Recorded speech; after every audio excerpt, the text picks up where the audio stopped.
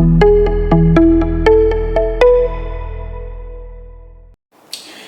semuanya, apa kabar? Semoga hari ini kita semua dalam keadaan sehat ya teman-teman. Dan hari ini bersama saya Adelina, kita ada di Wednesday Talk. Kita akan ngobrol santai dengan narasumber kita hari ini, dan hari ini kita kedatangan tamu seorang wanita yang istimewa, super istimewa. Sebelum saya perkenalkan, saya harus mengambil nafas panjang dulu ya, soalnya ini panjang sekali ya gelarnya ya. Beliau adalah Dr. Erna Setianingrum, SST, SE, MM, MA, MPDK, MKes, MTH, JCL, DMIN. Benar ya Bu Erna ya? Betul. Panjang sekali, banyak sekali ini. Aduh, berapa ini ya? 1, 2, 3, 4, 5, 6, 7, 8, 9. Ini masih kurang. Saya 11 kali kuliah. 11 kali kuliah. Ya, jadi ada diploma di sana. 3 doktor, 5 S2, S1-nya 2. Nggak capek itu Bu, sekolah segitu panjangnya? Saya suka. Gitu ya? Ya. Saya suka, saya senang. Bagi saya, mungkin bagi orang lain, kalau sekolah itu sesuatu yang bikin mereka stres, justru saya mengobati stres dengan sekolah. Gitu ya, wow. Saya satu gelar aja stres ya. Stres bikin skripsinya, bikin disertasinya gitu ya. Satu gelar toh ini 11 ya Bu ya. 11 kali kuliah dengan jenjang yang beragam ya Bu ya. Betul. Ada S1, ada S2, ada S3, ada diploma, ada dan diploma. itu vokasional dan akademis. Vokasional itu praktisi dan akademis, kemudian lintas keilmuan. Jadi pernah dalam satu waktu bersamaan itu kuliah? Memang selalu bersama. Oh, selalu bersamaan dan berbeda ya? Berbeda jurusan, berbeda keilmuan. Itu nggak missing gitu, saya kuliah di sini, saya yang dihafalin yang mata kuliah yang lain gitu? Ya, karena saya selalu berusaha untuk memanage pikiran saya, sehingga selama ini pernah saya mengalami miss ya pada saat saya mengambil jurusan yang hampir mirip, sehingga pada waktu penyusunan skripsi atau penyusunan tesis dan disertasi, karena itu bersamaan kadang tertukar materinya, tetapi kalau keilmuannya beda jelas tidak tertukar. Maka dari itu, dengan pengalaman itu saya menghindari materi atau mata kuliah yang jurusannya mirip. Jadi harus lintas akademis supaya lebih fokus, seperti itu. Itu apa aja Bu? Disiplin ilmu yang diambil dari 11 kuliah itu Ibu? Iya, saya yang pertama di kesehatan Ibu, kemudian yang kedua di manajemen, yang ketiga di teologi, jadi di pelayanan, juga pendidikan, dan apa tadi sudah ya. Jadi yang pertama tadi kesehatan, kemudian manajemen, pendidikan, kemudian teologi. Betul. Berbeda. Itu semua diterapkan di bidang kerjaan Ibu sekarang secara khusus, atau ya akhirnya ilmu-ilmu itu hanya menambahkan dari pekerjaan yang Ibu lakukan sekarang? Selain menambahkan, saya juga seorang penulis buku. Oh gitu. Ya, ada beberapa buku saya, belasan mungkin ya, di Gramedia dan di Togamas. Jadi bisa dicari, ketik nama saya Erna Setianingrum, pasti muncul beberapa judul buku. Ya, jadi itu menambahkan itu. Juga saya sering mengkombinasikan supaya keilmuan itu tidak terlalu kaku di bidangnya. Perspektifnya bukan hanya dalam perspektif masyarakat dengan disiplin ilmu tertentu, tetapi juga ada perspektif teologinya. Dan dalam kehidupan kita perlu memanage, baik itu manage waktu, memanage perasaan, memanage segala hal, termasuk kondisi di rumah tangga sekalipun harus dimanage dengan baik. Itulah guna kita belajar ilmu manajemen. Jadi nggak ada ilmu yang hasilnya nol, tetap semuanya bisa diterapkan dengan baik. Saling bisa berkolaborasi gitu ya, masing-masing disiplin ilmu itu ya. Tapi sejak kapan Ibu kuliah ya? Saya kuliah setelah saya punya anak 3. Jadi Setelah menikah ya Bu ya? setelah menikah punya anak 3, saya tunggu-tunggu anak yang terakhir umur 1 tahun saya sudah nggak kuat untuk tidak kuliah, memulai kuliah. Setelah anak berusia 1 tahun kurang, saya berangkat kuliah sampai sekarang. Jadi sudah 18 tahun lebih. Belum pernah berhenti sama 18 tahun non-stop dari pertama sampai sekarang langsung terus gitu ya terus Bu ya? tidak pernah berhenti. Bahkan kalau sempat saya terhenti gitu, saya mikir habis ini ngambil apa lagi ya gitu. Habis ini ngambil apa lagi ya gitu. Jadi belum berhenti, belum wisuda dan mikir mau kemana. Dan uniknya saya sekolah ini tidak hanya di Surabaya Ibu. Jadi pernah di Batu Malang. Jadi Surabaya iya, Batu Malang iya barengan. Kemudian Batu Malang belum selesai, bareng sama yang di Semarang. Kemudian di Surabaya sama di Yogyakarta. Ya seperti itu terus. Sampai yang Surabaya sama Manado. Jadi bagi saya segala sesuatu bisa ditempuh dengan jarak cuma 1 hari, kenapa tidak? Pernah juga saya ikuti studi di Malaysia juga.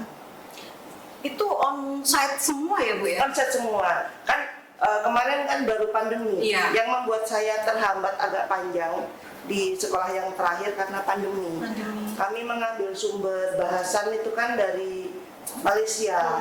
Kemudian selain itu kami kombinasi dengan yang di Indonesia. Dan kesulitan kami adalah kami tidak bisa berangkat. Bandara menutup, tidak boleh berangkat ke sana.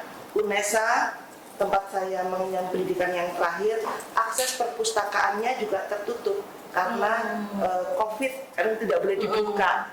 Akhirnya itulah saya kesulitan. Sedangkan materi saya adalah materi kombinasi dari luar negeri dan dari Indonesia. Akhirnya agak panjang, tetapi karena agak panjang saya agak jenuh mulai pandemi. Saya mengikuti perkuliahan lagi, ambil S2 yang terakhir, dan puji Tuhan sih karena serius juga sih, ya dapat cum laude lah.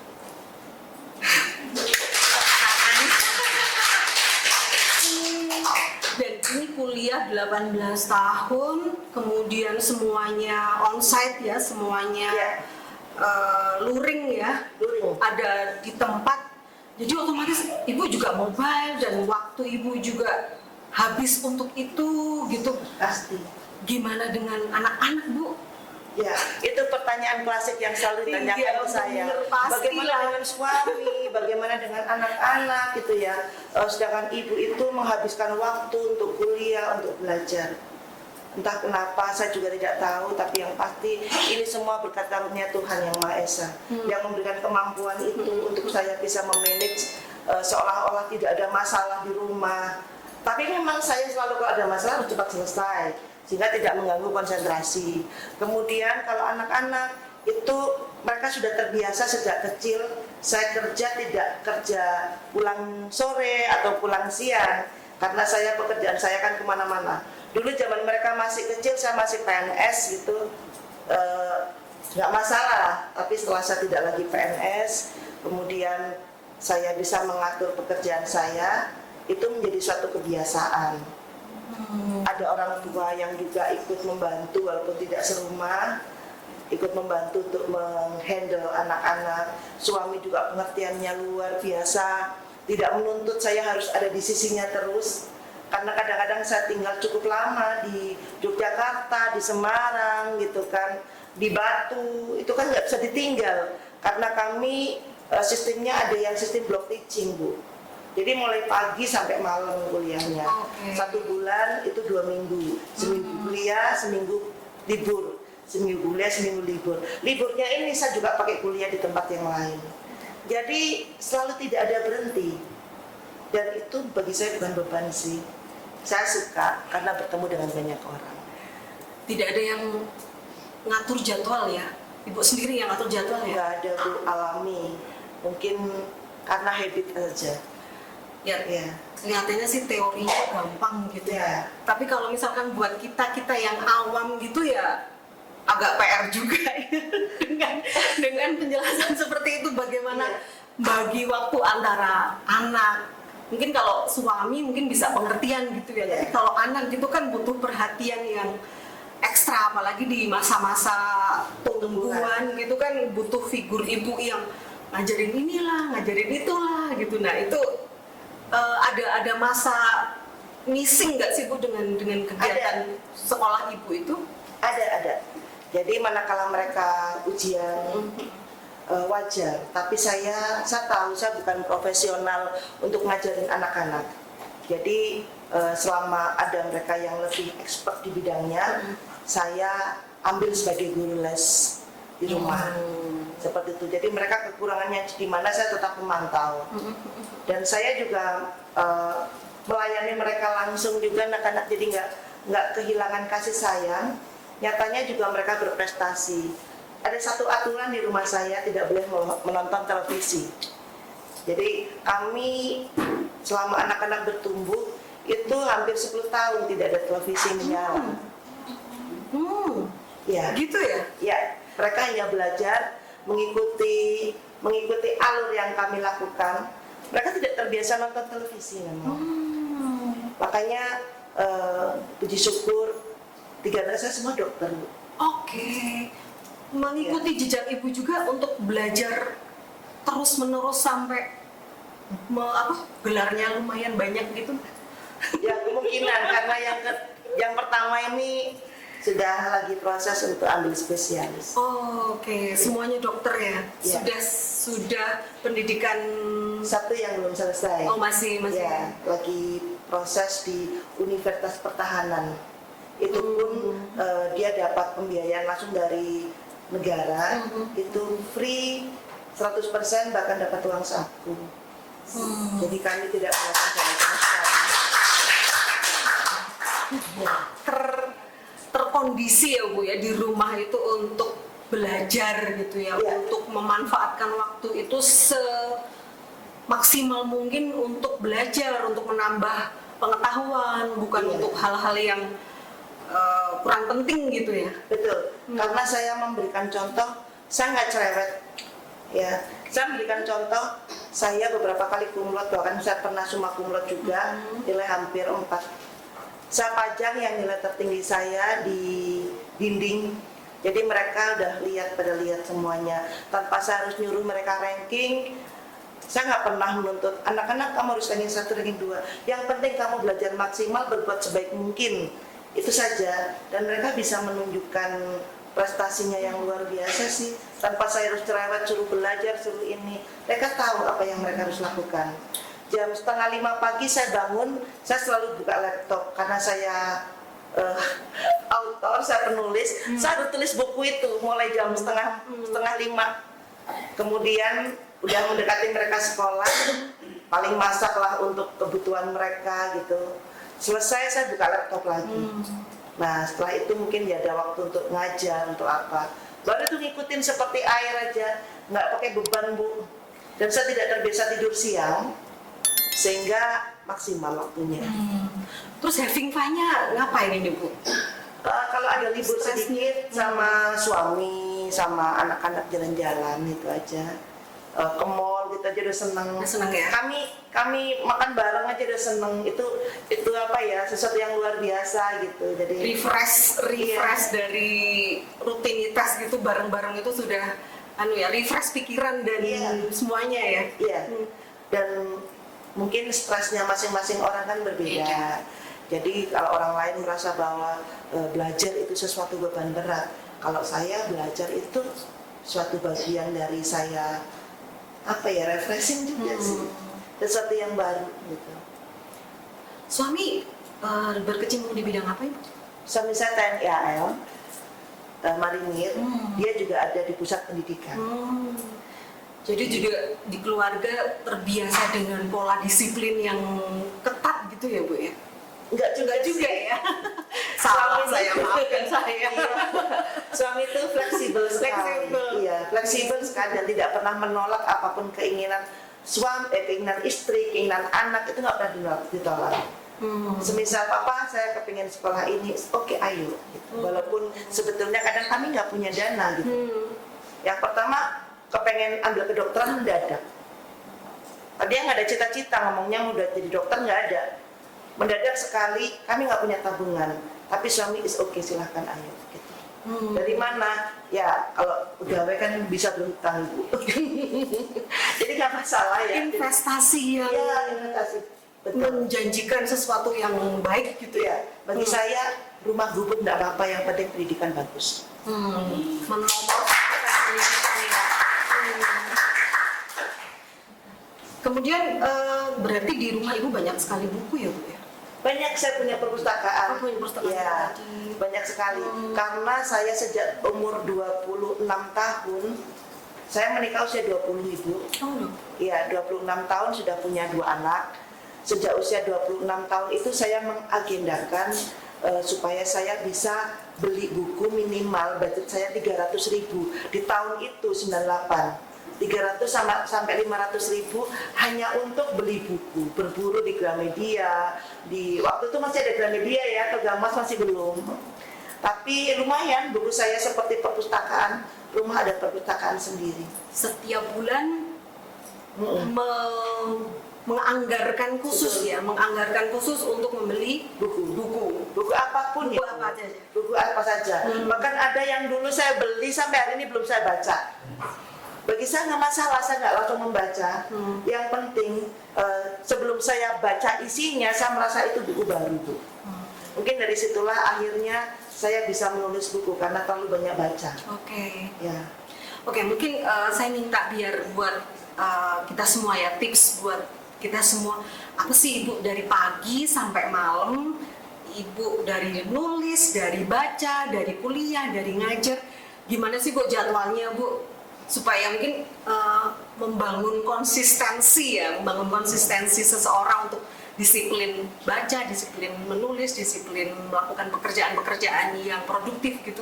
Iya. Bisa dianu Bu? Dulu waktu saya masih PNS, itu kan saya berangkat pagi ya, jam 7 berangkat, pulangnya paling tidak 2:30 atau jam 3. Setelah tidak, otomatis kan waktu ini kan longgar. Itu saya pakai untuk belajar. Selain untuk bekerja, saya ada pekerjaan lain di luar itu. Jadi saya juga sebagai marketing juga, trainer juga. Jadi saya pakai waktu-waktu kosong selalu untuk belajar. Bahkan mungkin nunggu pesawat di bandara pun saya belajar. Jadi sampai hari ini, dan itu sampai hari ini gitu. Saya punya catatan kecil semacam buku saku. Misalkan hari ini saya kepengen belajar bahasa Inggris nih gitu ya. Nah, saya buka-buka gitu, saya tulis gitu. Nanti saya baca-baca apa, tuh pasti baca. Dan itu sudah habit Ibu. Mau tidur saya pun harus baca buku. Jadi di samping saya pasti ada buku mau tidur. Sampai kemudian saya lelah, saya tertidur. Bangun tidur saya buka laptop. Atau dulu belum ada laptop ya, zaman dulu banget. Saya masih suka baca-baca gitu. Ya, Lebih senang baca buku fisik atau baca buku yang digawai Bu? saya lebih suka fisik. Fisik ya? Iya. Ngerasain ada kertasnya misalnya. Iya, saya bisa baca cepat. Jadi satu buku yang orang lain mungkin bisa habis 1 minggu, saya paling 2 hari. Gitu. Saya bisa baca cepat hanya dengan cara di ini, sudah baca semuanya itu. Berarti belajar itu juga ya Bu itu belajar juga kan, belajar membaca cepat ya, Iya. bukan talenta dari Tuhan gitu kan. Bukan Bisa sih. dipelajari ya. Bisa dipelajari. Bisa dipelajari. Itu ada triknya, bisa dipelajari. Jadi buku itu dituliskan bunga-bunganya banyak, tapi intinya kan cuma satu. Oke. Bisa langsung ke poin yang ingin Iya, dituju.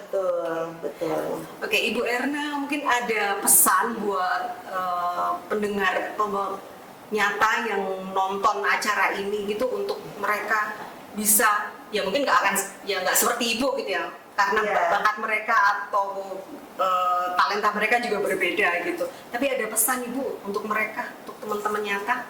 Iya. Untuk teman-teman nyata, budayakan membaca dimanapun Anda berada. Karena membaca itu membuka jendela dunia, di mana Anda mungkin saat ini di masa-masa kita bisa memanfaatkan internet, kita bisa membaca lebih luas lagi. Tetapi manakala kita bisa menggenggam dunia, kenapa tidak dengan membaca? Baca ya, Iya. baca dimanapun, kapanpun, media apapun. Betul.